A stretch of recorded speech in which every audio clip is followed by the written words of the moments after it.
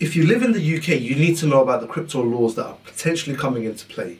Did you know in the UK they're leaning towards a centralised, controlled banking system that's headed up by the Bank of England? Now, there are pros and cons about this, and the pros are that payments are faster and more efficient, there are better cross-border instant payments, and it's easier to monitor for fraud and tax evasion purposes, and even money laundering. The cons, however, is you're giving away your privacy. If you're giving the central bank permission, and that's potentially what you're doing when you go into a centralized banking system, which is what CBDC is when it comes to cryptocurrency. It's essentially like having a CCTV camera inside your wallet. They get to see everything you do. There's also the risk of control.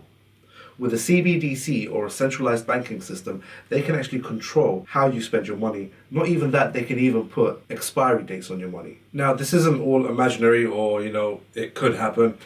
This is actually already happening in China. For example, if your doctor says that you've had too much meat or you have to lower your cholesterol, they can actually restrict what you buy in the supermarket. A CBDC, in essence, is like the government issuing everyone a bank account at the Bank of England. Convenient? Yes. But they can see every penny that goes in and out of that account. And in theory, set the rules on how you actually spend that money. For example, if inflation is high, then they can potentially put an expiry date on your money, so you end up spending that money rather than saving that money. The US approach to crypto is completely different, and I'll be touching on that on another video. For this video, I want to focus on the UK. So let's look at what it would be like in a day in the life of living with a CBDC digital pound.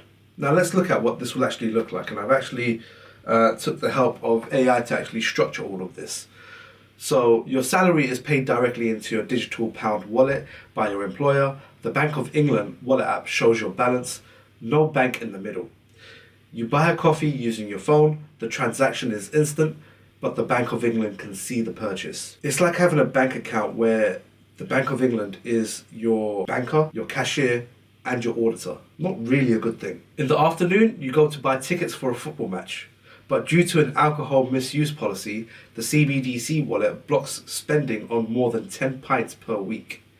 Later, inflation is high, so the government programs expiry dates on new digital pounds. This is exactly what I was mentioning earlier. Now imagine your money acting like a voucher, which is essentially what it is. There's an expiry date on it and you have to use your money by then. And there are rules, terms and conditions attached on the back of this voucher. That's essentially what CBDC can turn out to be. In the evening, you transfer £50 to a friend.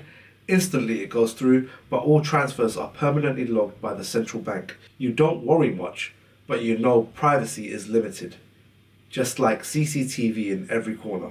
Well, that's like England. There's CCTV cameras pretty much in every corner. The upsides are there's stability in the financial infrastructure, there's instant payments, and there's less fraud. The downside though, and you have to outweigh the pros and cons on this, is that you lose your financial privacy and risk potentially having rules and restrictions attached to your spending. In the next video, I'm going to go through how the UK could potentially phase this in. Just so you're all aware though, this isn't this could happen. They are actually testing this right now. The UK government, the Labour government at the moment, is favourable for CBDC, and they are testing this in sandboxes, right? They're doing small experiments to see how this can actually go ahead.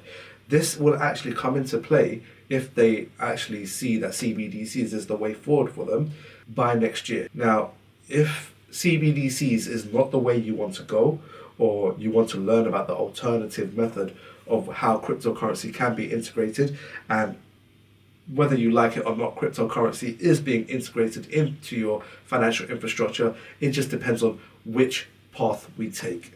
Are we going to take the likes of the CBDC route, where it's similar to what China has, or are we going to take the route of a decentralized financial banking system like America has, or planning to do, which is why they got all these rules and regulations and meetings happening at the moment. Make sure you're following along, you're liking the video, and you're sharing the content to educate people, to help educate people, and watch the other videos so you can learn about what the alternatives are.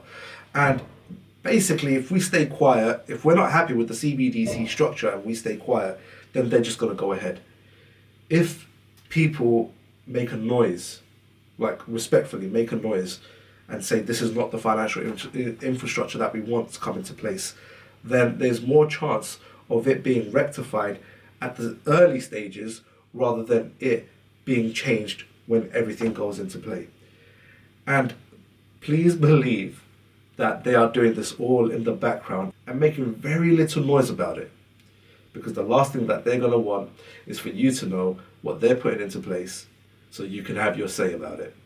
If you know the difference between CBDC and decentralized banking, tell me in the comment, what would you prefer in the country? Until the next video, MIA out.